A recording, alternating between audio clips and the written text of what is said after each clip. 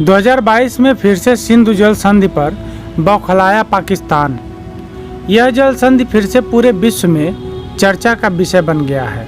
पाकिस्तान की यह बौखलाहट तब शुरू हुई जब किश्तवाड़ में चेनाब नदी पर लगभग 5,500 करोड़ रुपए की लागत से 850 मेगावाट की जल विद्युत परियोजना शुरू हुई। पाकिस्तान एक झटका सह नहीं पाया था, तब तक उसी नदी पर 4500 करोड़ यानी 4,500 करोड़ रुपए की लागत में 540 मेगावाट की क्वार जल विद्युत परियोजना का आधारशिला रख दिया गया।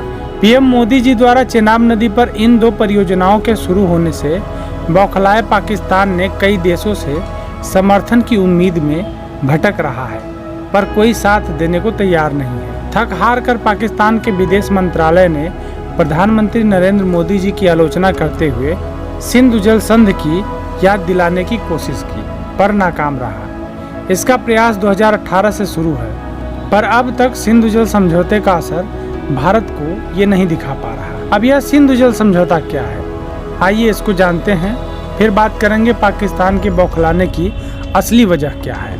विश्व बैंक के प्रमुख की मध्यस्थता में भारत पाक के कई बहस के बाद अंततः 19 सितंबर 1960 में भारत पाकिस्तान के बीच एक समझौता हुआ, जिसे कहते हैं सिंधु जल संधि या सिंधु जल समझौता।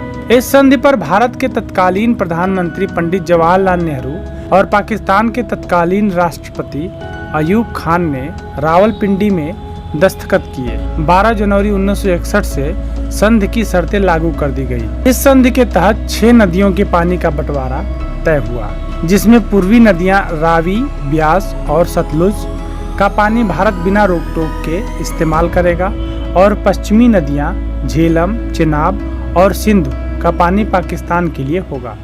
हालांकि झेलम, चेनाब और सिंधु तीनों भारत से जाती हैं, तो इनका पानी भारत भी कुछ इस्तेमाल कर सकता है। इस संधि को बनाए रखने के लिए एक आयोग गठित हुआ, जिसमें दोनों देश के अधिकारी शामिल हुए। इस आयोग की बैठक एक वर्ष भारत तथा एक वर्ष पाकिस्तान में की जाती है। अब आइए जानते हैं कि इस समझौते पर विवाद होता क्यों है। दरअसल पाकिस्तान को ही इस पर हमेशा से आपत्ति रहा है। भारत के द्वारा झेलम और चेनाब नदी पर कई हाइड्रो प्रोजेक्ट जैसे बिजली उत्पादन और डैम बनाए जा रहे हैं, जो पाकिस्तान की हालत खराब कर देता है। पाकिस्तान का कहना है कि अगर भारत इन नदियों पर डैम बना रहा है, तो जब पाकिस्तान को पानी की आवश्यकता होगी तो पानी अपने डैम में रिजर्व कर लेगा, जिससे पाकिस्तान में सूखा पड़ सकता है और बाढ़ के समय डैम में भरे हुए पानी को एकाएक छोड़ने से पाकिस्तान पूरा डूब जाएगा और पूरा का पूरा जलमग्न हो जाएगा। अतः भारत पाकिस्तान को अपने इशारों पर नचाना चाहता है या निस्तनाबूद कर देना चाहता है। सिंधु नदी का सबसे बड़ा क्षेत्र पाकिस्तान में पड़ता है, फिर भी पाकिस्तान का उस पर कंट्रोल नहीं है। दरअसल यह सही बात है। सिंधु नदी 47% पाकिस्तान में, 39% भारत में, 8% चीन यानी तिब्बत में और 6% इसका भाग अफगानिस्तान में है। 1947 के विभाजन के बाद भारत और पाक में बहुत से मुद्दों पर लड़ाई छिड़ी थी, जिसमें एक मुद्दा पानी का भी था। पाकिस्तान के कई टेररिस्ट के बड़े बड़े लीडर भारत को जल आतंकवाद का भी नाम दे दिए हैं। लेकिन जो भी हो, चेनाब तथा अन्य नदियों पर बन रहे इन बांधों से पाकिस्तान की हालत तो खराब हो ही गई है।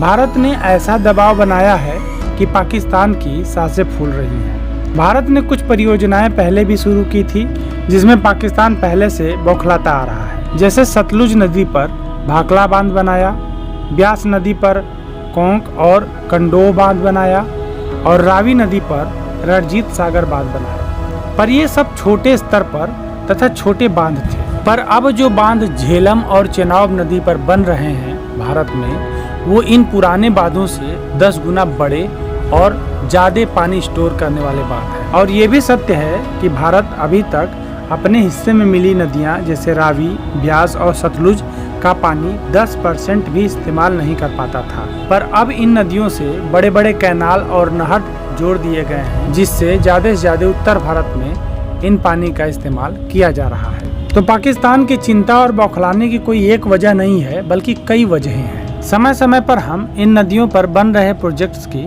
जानकारी आपको देते रहेंगे। तो पाकिस्तान के इस बौखलाहट पर आपका क्या कहना है, कमेंट करें, वीडियो पसंद आया हो तो लाइक करें और प्लीज़ इस चैनल को सब्सक्राइब करके बेल आइकन जरूर दबाएं। तो फिर मिलते हैं अगले वीडियो के साथ, और ये वीडियो देखने के लिए आपका बहुत बहुत धन्यवाद।